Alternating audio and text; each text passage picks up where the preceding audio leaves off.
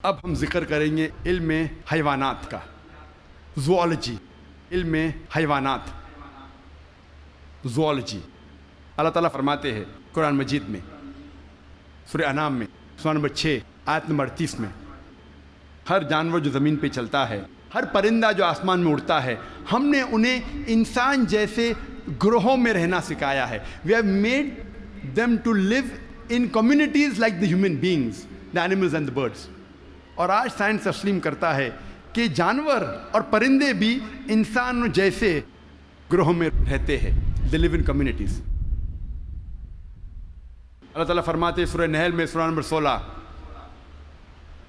आयत नंबर 68 और 69 में, 68 और 69 में, अल्लाह सुब्हाना व तआला ने शहद की मक्खी को सिखाया है कि वो अपना छत्ता बनाएं पेड़ में, पहाड़ में, इंसान जहाँ रहते हैं वहाँ, और महारत के साथ अपना रास्ता ढूंढे।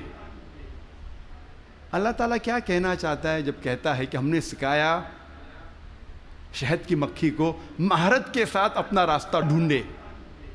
सन 1973 में, 1973 में एक मशहूर साइंसदान जिसका नाम था फॉन फ्रेश, उसको नोबेल प्राइज़ मिला डिस्क्राइब करने के लिए the behaviour of the bee and how they find the spacious path of the lord. उसको नोबेल प्राइज़ मिला शहद की मक्खी के बारे में रिसर्च करने के लिए। और फॉन फ्रेश कहते हैं कि जब भी कोई मधुमक्खी, शहद की मक्खी, एक नया बगीचा ढूंढती है और एक नया फूल ढूंढती है जिससे नेक्टर को लिया जा सकता है, वो अपने दोस्त से जाके कहती है ये नए फूल की दिशा, ये इस नए फूल तक किस तरीके से पहुंचना उसका नक्शा बताती है अपने बदन को हिलाने से, जिसे साइंस में कहते हैं बी डांस। शहद के मक्खी का नाचना, अपने बदन को हिलाने के जरिए वो बताती है किस तरीके से उस नए फूल की तरफ आप पहुंच सकते हैं। और ये आज साइंस जानता है due to high photographic methods.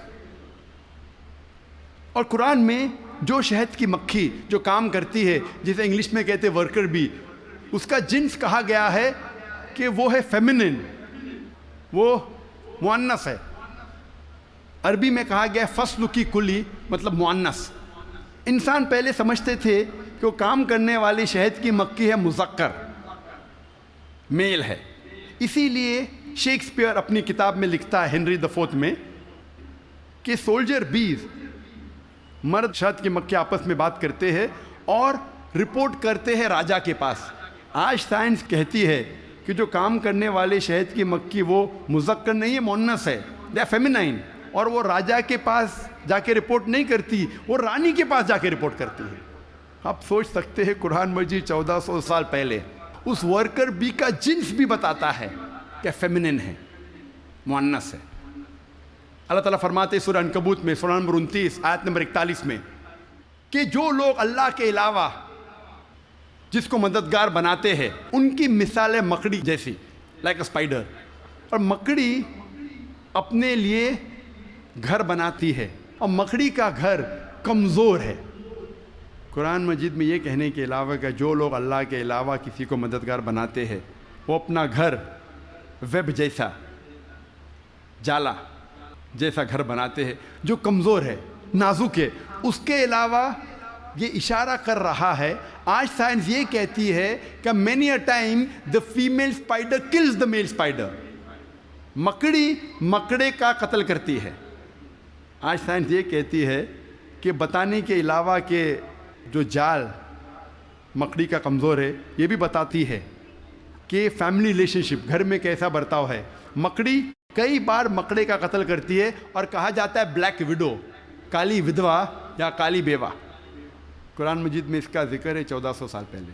अल्लाह ताला फरमाते हैं सूरह नमल में, सूरह नंबर 27 आयत नंबर 17 और 18 में, सुलेमान अलैहिस्सलाम के आगे उनकी फ़ौज थी, जिनकी, इंसानों की और परिंदे की।